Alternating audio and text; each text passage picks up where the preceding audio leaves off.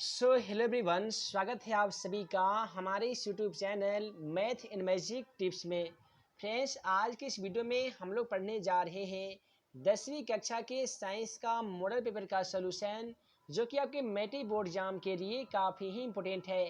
दोस्तों, आज के इस वीडियो में मॉडल पेपर के टोटल 80 क्वेश्चनों का सॉल्यूशन हम लोग करेंगे, इसलिए आप इस वीडियो को शुरू से अंत तक जरूर देखिएगा। साथ ही वीडियो को लाइक नहीं किए होंगे तो वीडियो को लाइक करने के साथ चैनल को सब्सक्राइब कर लीजिए, ताकि ऐसे ही आने वाली हर इम्पोर्टेंट क्वेश्चन का वीडियो आप सभी को मिलता रहे और आप हमारे वीडियो के माध्यम से ज़्यादा नंबर ला सके। तो चलिए फ्रेंड्स, बिना समय गवाए पहला क्वेश्चन का सोल्यूशन देख लेते हैं। है दोस्तों, आज का पहला क्वेश्चन में दिया गया है कि प्रकाश के परावर्तन के कितने नियम होते हैं। इसके लिए आपको मैट्रिक के बोर्ड एग्जाम में 4 ऑप्शन दिए जाते हैं। पहला ऑप्शन में दिया जाता है 1 नियम, 2 नियम, 3 नियम और ऑप्शन डी में दिया जाता है 4 नियम। तो दोस्तों, जैसा कि आप सभी को मालूम होगा कि हमारा वीडियो सीरीज का पहला क्वेश्चन का जवाब आप सभी को वीडियो के नीचे जाकर कमेंट बॉक्स में इसका सही जवाब लिखना होता है। तो क्वेश्चन नंबर 1 का क्या सही जवाब होगा, आप जल्दी से वीडियो के नीचे चले जाइए और कमेंट बॉक्स में जाकर आप इसका सही जवाब लिख सकते हैं। उसके बाद में अगला सवाल क्वेश्चन 2 को देखिए। तो यहाँ पे क्वेश्चन 2 कहता है कि वायु में गमन करती प्रकाश की एक किरण जल में तिरछी प्रवेश करती है, तो यह किरण किस ओर झुक जाएगी। तो यहाँ पे क्वेश्चन 2 का सही जवाब ऑप्शन ए हो जाएगा कि यह जो किरण है ना, अभिलंब की ओर झुक जाएगी। अतः क्वेश्चन का सही जवाब ऑप्शन ए हो जाएगा। उसके बाद में अगला सवाल यहाँ पे क्वेश्चन 3 को देखिए। तो यहाँ पे क्वेश्चन 3 कहता है कि निम्नलिखित में से किस लेंस को अपसारी लेंस भी कहा जाता है। दोस्तों, याद रखिएगा, अपसारी लेंस अवतल लेंस को कहा जाता है, वहीं पे अभिसारी लेंसों की बात करें तो अभिसारी लेंस उत्तल लेंस को कहा जाता है। तो मैट्रिक एग्जाम में दोनों सवाल ऑलरेडी पूछा जा चुका है और आपके मैट्रिक एग्जाम में पूछे जा सकते हैं। उसके बाद में अगला सवाल यहाँ पे क्वेश्चन 4 को देखिए। तो क्वेश्चन 4 यहाँ पे कहता है कि किसी बिंब का वास्तविक तथा समान साइज का प्रतिबिंब प्राप्त करने के लिए बिंब को उत्तल लेंस के सामने कहाँ रखना चाहिए। तो यहाँ पे क्वेश्चन 4 का बिल्कुल सही जवाब ऑप्शन बी हो जाएगा। किसी बिंब यानी किसी वस्तु का वास्तविक एवं समान साइज का प्रतिबिंब प्राप्त करने के लिए किसी भी वस्तु को उत्तल दर्पण के फोकस दूरी के दोगुनी पर रखनी चाहिए। इसी को आसान भाषा में कहे तो 2a पे रखनी चाहिए। उसके बाद में आइए अगला सवाल क्वेश्चन 5 को हम लोग देखते हैं। क्वेश्चन 5 हमारा कहता है कि मानव नेत्र जिस भाग पर किसी वस्तु का प्रतिबिंब बनाता है वो क्या है। यानी आसान भाषा में कहे तो इस क्वेश्चन के माध्यम से आपसे पूछा गया है कि मनुष्य का आँख किसी वस्तु का प्रतिबिंब आँख के जिस भाग पे बनाता है ना, उस भाग को क्या कहते हैं। तो दोस्तों, उस भाग को हम लोग दृष्टिपटल कहते हैं, जो कि ऑप्शन डी में है। अतः क्वेश्चन का सही जवाब ऑप्शन डी हो जाएगा। उसके बाद में अगला सवाल यहाँ पे क्वेश्चन 6 को देखिए। तो क्वेश्चन 6 कहता है कि किसी माध्यम में अपवर्तनांक म्यू का मान कितना होता है। दोस्तों, याद रखिएगा, किसी भी माध्यम में अपवर्तनांक जिसे म्यू द्वारा सूचित किया जाता है, तो म्यू का जो मान होता है वह होता है साइन आई बटा साइन आर बराबर 1 नियतांक या 1 स्थिरांक, और इसे ही स्नेल का नियम भी कहा जाता है। तो अपवर्तनांक म्यू बराबर क्या होगा, तो साइन आई बटा साइन आर होगा, जो कि ऑप्शन ए में है। अतः क्वेश्चन का सही जवाब ऑप्शन ए हो जाएगा। उसके बाद में अगला सवाल क्वेश्चन 7 को देखिए कि किसी लेंस के आवर्धन का एसआई मात्रक निम्नलिखित में से कौन सा होता है। जैसा कि आप सभी को बताया जाता है कि लेंस का आवर्धन का कोई भी एसआई मात्रक नहीं होता है, इसे मात्रक विहीन कहा जाता है। तो क्वेश्चन का सही जवाब ऑप्शन डी हो जाएगा, मात्रक विहीन। उसके बाद में आइए अगला सवाल क्वेश्चन 8 को देखते हैं। तो भाई साहब, क्वेश्चन 8 कहता है कि तारों का टिमटिमाना प्रकाश के किस घटना को दिखाता है। तो तारे हमेशा टिम टिम करते रहते हैं, तो ये प्रकाश के कौन सी घटना को दिखलाना चाहते हैं। तो यहाँ भी क्वेश्चन का सही जवाब ऑप्शन बी हो जाएगा। तारों का टिमटिमाना प्रकाश के अपवर्तन की घटना को प्रदर्शित करता है। अगला सवाल क्वेश्चन 9 को देखिए। तो यहाँ पे क्वेश्चन 9 कहता है कि किसी चालक का प्रतिरोध निम्नलिखित में से किस पर निर्भर करता है। दोस्तों, याद रखिएगा, किसी भी चालक तार का जो प्रतिरोध है, ये चालक तार की लंबाई पर निर्भर करता है, चालक तार के अनुप्रस्थ काट के क्षेत्रफल पर निर्भर करता है और चालक के पदार्थ की प्रकृति पर भी निर्भर करता है। अतः क्वेश्चन का सही जवाब इनमें से सभी होगा, जो कि ऑप्शन डी में है। अतः क्वेश्चन का सही जवाब ऑप्शन डी हो जाएगा। अगला सवाल इसमें 10 हमारा कहता है कि निम्नलिखित में से कौन विद्युत शक्ति का एसआई मात्रक है। यहाँ पे आप सभी को विद्युत शक्ति का एसआई मात्रक बताना है। दोस्तों याद रखिएगा, विद्युत शक्ति का एसआई मात्रक एम्पियर होता है। वहीं पे प्रतिरोध का जो एसआई मात्रक होता है ना, वो ओम होता है, जिसे ओमेगा द्वारा सूचित किया जाता है। और प्रतिरोधकता का जो एसआई मात्रक होता है वो ओमेगा मीटर होता है। आसान भाषा में कहे तो ओम मीटर होता है। अगला सवाल यहाँ पे क्वेश्चन नंबर 11 को देखिए, तो क्वेश्चन नंबर 11 कहता है कि परिपथ में यानी विद्युत परिपथ में विद्युत धारा के मान को मापने के लिए निम्नलिखित में से किस युक्ति का प्रयोग किया जाता है। दोस्तों याद रखिएगा कि किसी भी प्रतिरोध में विद्युत धारा का मान नापने के लिए आमीटर, जिसे हम लोग ए मीटर के नाम से जानते हैं, इसी का प्रयोग किया जाता है। तो क्वेश्चन का सही जवाब ऑप्शन सी होगा, आमीटर। अगला सवाल क्वेश्चन 12 को देखिए, तो यहाँ पे क्वेश्चन आपका 12 कहता है कि फ्यूज तार के लिए निम्नलिखित में से कौन सा कथन सत्य है। दोस्तों याद रखिएगा, फ्यूज तार के लिए प्रतिरोध अधिक तथा गलनांक कम होना चाहिए। प्रतिरोध अधिक रहेगा, गलनांक कम होगा, तो फ्यूज तार के लिए निम्नलिखित में से कौन सा कथन सत्य है। तो ये आपका बात सही हो जाएगा, क्योंकि प्रतिरोध यानी करंट जब ज़्यादा रहेगा, गलनांक कम रहेगा, तो इससे क्या होगा कि उस प्रतिरोध का जो फ्यूज है, प्रतिरोध का जो वजन है, जो तीव्र गति के कारण नहीं सह पाता है, प्रतिरोध जल जाते हैं, सॉरी फ्यूज जल जाते हैं, जिस कारण जो भी उपकरण रहते हैं वो आग लगने से बच जाते हैं, नष्ट होने से भी बच जाते हैं। अगला सवाल यहाँ पे क्वेश्चन 13 को देख लीजिए। क्वेश्चन 13 कहता है कि निम्नलिखित पदार्थों में कौन चुंबकीय पदार्थ नहीं है। यहाँ पे आप सभी को चुंबकीय पदार्थ बताना है। तो देखिए, चुंबक जो है वो लोहा को अपनी ओर खींचता है, तो ये चुंबकीय पदार्थ है। निकेल को भी चुंबकीय पदार्थ कहा जाता है, कोबाल्ट को भी चुंबकीय पदार्थ कहा जाता है। लेकिन ऑप्शन सी में दिया गया पीतल, और दोस्तों पीतल एक मिश्र धातु है जो चुंबकीय पदार्थ नहीं है। अगला सवाल यहाँ पे क्वेश्चन 14 को देखिए। तो दोस्तों क्वेश्चन 14 हमारा कहता है कि किसी विद्युत धारावाही सीधी लंबी परिनालिका के भीतर चुंबकीय क्षेत्र का मान क्या होता है। दोस्तों याद रखिएगा कि किसी भी विद्युत धारावाही सीधी लंबी परिनालिका के भीतर चुंबकीय क्षेत्र का जो मान है ना, ये सभी बिंदुओं पर समान होता है, यानी तमाम बिंदुओं पे बराबर बराबर होता है। अगला सवाल यहाँ पे क्वेश्चन 15 कहता है विद्युत धारा के चुंबकीय प्रभाव का खोज किसने किया था। दोस्तों याद रखिएगा, विद्युत धारा चुंबकीय प्रभाव का जो खोज करने वाले वैज्ञानिक का नाम है वह है आर्स्टर्ड महोदय। तो क्वेश्चन का सही जवाब ऑप्शन ए हो जाएगा, आर्स्टर्ड।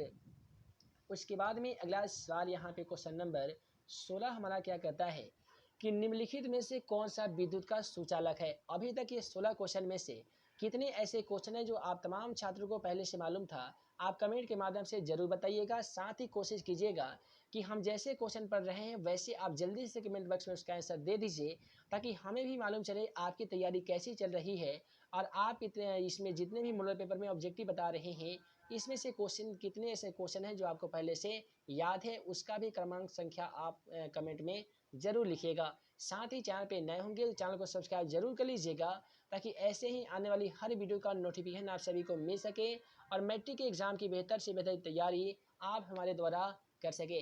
तो यहाँ पे क्वेश्चन 16 हमारा कहता है कि निम्नलिखित में कौन विद्युत का सुचालक है। तो यहाँ पे ग्रेफाइट जो है ना, ये विद्युत का सुचालक होता है, जो कि अपवाद में है। उसके बाद में अगला सवाल है कि तैलीय कागज होते हैं, तैलीय नहीं बल्कि तेलीय कागज यहाँ पे बोला जाता है। तो दोस्तों तेलीय जो कागज होते हैं ना, ये पारभाषक होते हैं, यानी इसमें आंशिक रूप से प्रकाश का गमन होता है, जिसे हम लोग परभाषक या परिभाषिक पदार्थ कहा जाता है।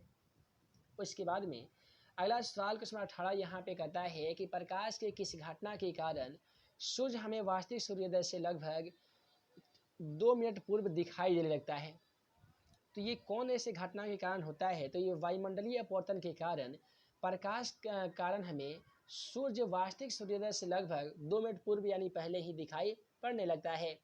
अगला सवाल यहाँ पे क्वेश्चन 19 कहता है कि प्रकाश की चाल विभिन्न माध्यमों में डॉट डॉट होती है। तो है दोस्तों याद रखिएगा, प्रकाश की जो चाल है ना, ये विभिन्न माध्यम में अलग अलग होती है, क्योंकि आप सभी को मालूम होगा कि वायुमंडल का घनत्व तो अलग अलग होता है। जो पृथ्वी के समीप जो वाले वायुमंडल का घनत्व तो सबसे ज़्यादा होता है, दूर वाले वायुमंडल का घनत्व तो सबसे अधिक होता है। तो यहाँ पे बोला गया कि प्रकाश की चाल विभिन्न माध्यमों में क्या क्या होती है। तो अलग अलग माध्यमों में प्रकाश की चाल भी अलग अलग होती है। तो यहाँ पे क्वेश्चन नंबर 19 का सही जवाब ऑप्शन बी हो जाएगा। अगला सवाल यहाँ पे क्वेश्चन 20 को देखिए कि वायु में प्रकाश की चाल निर्वात की अपेक्षा क्या होती है। दोस्तों याद रखिएगा, वायु में प्रकाश की चाल निर्वात की अपेक्षा क्या होती है? तो ये समान होती है। अतः क्वेश्चन का सही जवाब ऑप्शन सी हो जाएगा। अगला सवाल क्वेश्चन 21 कहता है कि लेंस में मुख्य फोकसों की संख्या कितनी होती है? जैसा कि आप सभी को मालूम होगा कि लेंस में लगभग 2 मुख्य फोकस होते हैं, जो कि ऑप्शन बी में है। अतः क्वेश्चन का सही जवाब ऑप्शन बी हो जाएगा। उसके बाद में अगला सवाल यहाँ पे क्वेश्चन 22 को देखिए। तो हे दोस्तों, क्वेश्चन 22 हमारा कहता है कि विद्युत का अच्छा चालक क्या है? तो हे दोस्तों, उम्मीद है आप सभी का आंसर इसका तो आंसर जरूर कर लीजिएगा कि विद्युत का अच्छा चालक क्या है। तो देखिए, लकड़ी तो चालक है नहीं, प्लास्टिक भी नहीं है और कार्बन धातु भी नहीं है। तो यहाँ पे बच गया चांदी, और चांदी एक ऐसा धातु है जो विद्युत का सर्वोत्तम चालक है। अतः क्वेश्चन का सही जवाब ऑप्शन डी हो जाएगा। उसके बाद में अगला सवाल क्वेश्चन 23 को देखिए। तो यहाँ पे क्वेश्चन 23 कहता है कि शुष्क सेल में ऋण इलेक्ट्रोड बना होता है। तो दोस्तों, शुष्क सेल में ऋण इलेक्ट्रोड जो है वो किसका बना होता है? तो दोस्तों, ये बना होता है कार्बन का। तो क्वेश्चन का सही जवाब ऑप्शन डी हो जाएगा, कार्बन का। अगला सवाल क्वेश्चन 24 को देखिए कि 1 जूल का मान कितना होता है? दोस्तों, याद रखिएगा, 1 जूल का जो मान है ना, ये 0.24 कैलोरी होता है, जो कि ऑप्शन ए में है। अतः क्वेश्चन 24 का सही जवाब ऑप्शन ए हो जाएगा।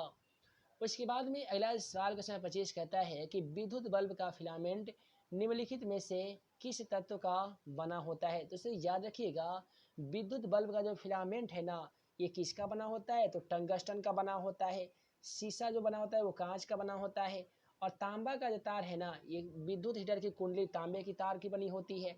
और वहीं पे नाइक्रोम तार के से विद्युत हीटर भी बनाया जाता है, ताकि इसमें करंट दिया जाता है तो ये गर्म करके विद्युत के जितने भी हीटर होते हैं उसे गर्म कर देता है, जिसे विद्युत हीटर कहा जाता है। अगला सवाल है, रियोस्टेट का उद्देश्य क्या है? दोस्तों, रियोस्टेट का जो उद्देश्य है ना, रियोस्टेट का जो मेन उद्देश्य है वह है धारा का परिमाण में वृद्धि या कमी करना।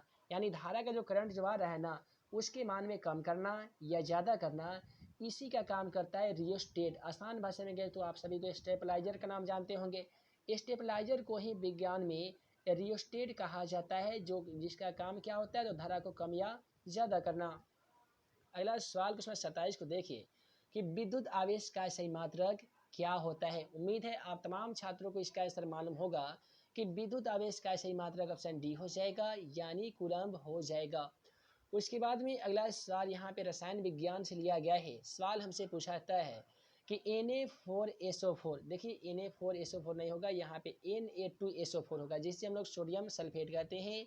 प्लस BaCl2 यानी बेरिलियम क्लोराइड, दोनों को मिलाते हैं तो BaSO4 बनता है, यानी बेरिलियम सल्फेट बन देता है। और 2NaCl यानी सोडियम क्लोराइड बनता है, जिसे हम लोग साधारण नमक भी कहते हैं। तो इसमें अब कहता है कि निम्नलिखित में से कौन सी अभिक्रिया है? तो दोस्तों, ये इसमें दोनों में एक दूसरे को विस्थापित करके नए यौगिक का निर्माण कर रहा है, इसे हम कह सकते हैं कि यह द्विविस्थापन अभिक्रिया है। उसके बाद में अगला सवाल क्वेश्चन 19 कहता है, अम्लीय वर्षा के जल का पीएच मान निम्नलिखित में से कितनी होनी चाहिए? दोस्तों, अम्लीय वर्षा का जो पीएच मान है ना, ये लगभग 5.6 से कम होना चाहिए, क्योंकि अम्लीय वर्षा जो होती है वो अम्लीय, देखिए अम्ल ही जब इसमें मिल गया तो 7 से तो कम होगा, और 7 से भी कम कितना होगा? तो 5.6 से भी कम होता है, जो अम्लीय वर्षा का पीएच मान कहा जाता है। अगला सवाल यहाँ पे क्वेश्चन 30 को देखिए। तो क्वेश्चन 30 कहता है कि NaHCO3 यौगिक का प्रचलित नाम निम्नलिखित में से कौन सा है? दोस्तों, आप सभी को मालूम होगा कि Na को सोडियम कहा जाता है, उसके बाद में H को हाइड्रोजन कहा जाता है, और CO3 को कार्बोनेट कहा जाता है। तो सोडियम हाइड्रोजन कार्बोनेट है वो बेकिंग सोडा का अनुसूत्र होता है, जो कि ऑप्शन बी में है। अतः क्वेश्चन का सही जवाब ऑप्शन बी हो जाएगा। उसके बाद में अगला सवाल क्वेश्चन 31 को देखिए। तो क्वेश्चन 31 कहता है कि अपच का उपचार करने के लिए निम्नलिखित में से किस औषधि का उपयोग किया जाता है? दोस्तों, याद रखिएगा, अपच का उपचार करने के लिए एंटा एसिड नामक औषधि यानी दवा का इस्तेमाल किया जाता है, जो कि ऑप्शन सी में है। अतः क्वेश्चन का सही जवाब एंटा एसिड हो जाएगा। अगला सवाल क्वेश्चन 32 हमारा कहता है कि चींटी के डंक एक अम्ल छोड़ जाते हैं, जिसके कारण जलन एवं दर्द होने का हमें आभास होता है। ये निम्नलिखित में से कौन से अम्ल होते हैं? तो दोस्तों, याद रखिएगा कि चींटी के डंक में मेथनोइक अम्ल पाया जाता है, इसी को दूसरे शब्दों में हम लोग फार्मिक अम्ल के नाम से जानते हैं। तो यहाँ भी क्वेश्चन 32 का सही जवाब ऑप्शन ए हो जाएगा, यानी मेथनोइक अम्ल एग्जाम पेपर में मेथनोइक अम्ल नहीं रहेगा तो फार्मिक अम्ल जरूर रहेगा। अगला सवाल क्वेश्चन 33 कहता है कि ऑक्जेलिक अम्ल निम्नलिखित में से किसमें पाया जाता है। दोस्तों याद रखिएगा, ऑक्जेलिक जो अम्ल है ना, ये ज़्यादातर टमाटर में पाए जाते हैं। क्वेश्चन का सही जवाब ऑप्शन ए होगा टमाटर। उसके बाद में अगला सवाल यहाँ पे कहता है कि निम्नलिखित में से किस यौगिक का रासायनिक सूत्र है, किसी यौगिक का रासायनिक है। तो यहाँ पे यौगिक का रासायनिक बोला जा रहा है पहला ऑप्शन संगमरमर, bleaching powder, plaster of Paris और जिप्सम। तो यहाँ पे क्वेश्चन 34 का सही जवाब ऑप्शन सी हो जाएगा प्लास्टर ऑफ पेरिस। अगला सवाल क्वेश्चन 35 को देखिए। तो दोस्तों क्वेश्चन 35 कहता है कि आधुनिक आवर्त सारणी नियम के अनुसार तत्वों के गुणधर्म निम्नलिखित में से किसके आवर्त फलन होते हैं। दोस्तों याद रखिएगा, आधुनिक आवर्त सारणी के अनुसार तत्वों के जो गुणधर्म है ना, ये परमाणु संख्या के आवर्त फलन होते हैं, जो कि ऑप्शन बी में है। अतः क्वेश्चन का सही जवाब ऑप्शन बी हो जाएगा। अगला सवाल क्वेश्चन 36 को देखिए। नाइट्रोजन के दो परमाणुओं के बीच कितने आबंधन बनते हैं। दोस्तों याद रखिएगा, नाइट्रोजन के दो परमाणुओं के बीच में हमेशा त्रिआबंध बनते हैं, जिसे ट्रिपल बॉन्ड भी कहा जाता है, जो कि ऑप्शन सी में है। अतः क्वेश्चन का सही जवाब ऑप्शन सी हो जाएगा। अगला सवाल यहाँ पे क्वेश्चन 37 को देखिए। तो दोस्तों क्वेश्चन 37 क्या कहता है कि कार्बन के सबसे बाहरी कोश में इलेक्ट्रॉन की कुल संख्या निम्नलिखित में से क्या होती है। दोस्तों याद रखिएगा, कार्बन के सबसे बाहरी कोश में इलेक्ट्रॉन की जो कुल संख्या होती है ना, ये होती है 4, जो कि ऑप्शन बी में है। अतः क्वेश्चन का सही जवाब ऑप्शन बी हो जाएगा। अगला सवाल यहाँ पे क्वेश्चन 38 को देखिए। तो क्वेश्चन 38 कहता है कि जंग रोधी स्टील क्या है। तो है दोस्तों, जंग रोधी स्टील को हम लोग ना ही धातु कहते हैं और यहाँ पे ना ही अधातु कहते हैं, बल्कि जंग रोधी स्टील को हम लोग मिश्र धातु कहते हैं। जैसे स्टेनलेस स्टील हो गया, उसके बाद में पीतल हो गया, पीतल भी मिश्र धातु होता है, जो कई बार मैट्रिक के एग्जाम पेपर में पूछा गया है। अगला सवाल क्वेश्चन 39 को यहाँ पे देखेंगे। तो क्वेश्चन 39 कहता है कि समान आणविक सूत्र लेकिन विभिन्न संरचना वाले यौगिक निम्नलिखित में से क्या कहलाता है। दोस्तों समान आणविक सूत्र लेकिन अलग अलग संरचना वाले यौगिक को हमेशा हम लोग समजातीय श्रेणी कहते हैं, जो कि ऑप्शन बी में है। अतः क्वेश्चन का सही जवाब ऑप्शन बी हो जाएगा, समजातीय श्रेणी। अगला सवाल क्वेश्चन 40 को देखिए कि मेंडलीव के आवर्त नियम के अनुसार तत्वों के गुणधर्म निम्नलिखित में से किसके आवर्त फलन होते हैं। तो दोस्तों क्वेश्चन 40 का सही जवाब ऑप्शन ए हो जाएगा, क्योंकि मेंडलीव एक वैज्ञानिक का नाम है। तो मेंडलीव के अनुसार परमाणु आवर्त सारणी के नियम के अनुसार तत्वों के जो गुणधर्म है ना, ये परमाणु संख्या के आवर्त फलन होते हैं, जो कि ऑप्शन ए में है। अतः क्वेश्चन का सही जवाब ऑप्शन ए हो जाएगा। तो इस प्रकार से, हालांकि इसमें बहुत सारे ऐसे क्वेश्चन हैं जो 40 तक के इस पीडीएफ के माध्यम से क्वेश्चन मॉडल पेपर को तैयार किया गया है, जो कि math in magic tips YouTube channel की टीम के द्वारा तैयार किया गया है। इसमें जितने भी इंपॉर्टेंट क्वेश्चन है मैट्रिक के एग्जाम के दृष्टिकोण से काफ़ी ही इंपॉर्टेंट है, इसे आप जरूर याद कर लीजिएगा। आप चाहते हैं इसका पीडीएफ डाउनलोड करना, तो आप हमारे वेबसाइट questionforexam.com पे विजिट कर सकते हैं। Math in magic tips officially Telegram channel को ज्वाइन करके सभी इंपॉर्टेंट क्वेश्चन का पीडीएफ फ्री में ले सकते हैं। साथ ही math in magic tips officially mobile application को इंस्टॉल करके 10वीं कक्षा का बेहतर से बेहतर तैयारियां कर सकते हैं, उसमें क्विज भी खेल सकते हैं। तो दोस्तों ये था मॉडल पेपर का पार्ट 1। अगले पार्ट में हम इसका सेकंड पार्ट लाएंगे, जिसमें क्वेश्चन 41 से लेकर क्वेश्चन नंबर 80 तक के तमाम क्वेश्चनों का सलूशन आप सभी को देखने को मिलेगा। यदि आप चाहते हैं आगे आने वाली पार्ट आपसे ना छूटे, आगे जितने भी हम पार्ट बनाएंगे सभी पार्ट का नोटिफिकेशन आप सभी को मिलने और सभी वीडियो को बारी बारी से देखने के लिए चैनल पर नए होंगे तो चैनल को जल्दी से सब्सक्राइब कर लीजिए। साथ ही बेल आइकन को प्रेस करके रखिएगा, ताकि जैसे हम वीडियो अपलोड करेंगे आपको एक नोटिफिकेशन प्राप्त होगा। उस नोटिफिकेशन के जरिए आप हमारे वीडियो तक पहुंच सकते हैं और वीडियो को देखकर ज़्यादा से ज़्यादा आप अपने मैट्रिक एग्जाम की तैयारियां कर सकते हैं। तो है दोस्तों, मैं मुकीम अंसारी जल्द मिलूंगा अगले वीडियो में नए इंपॉर्टेंट वीवीआई ऑब्जेक्टिव क्वेश्चन के साथ। तब तक के लिए वीडियो देख लिए आप तमाम छात्रों को बहुत बहुत धन्यवाद।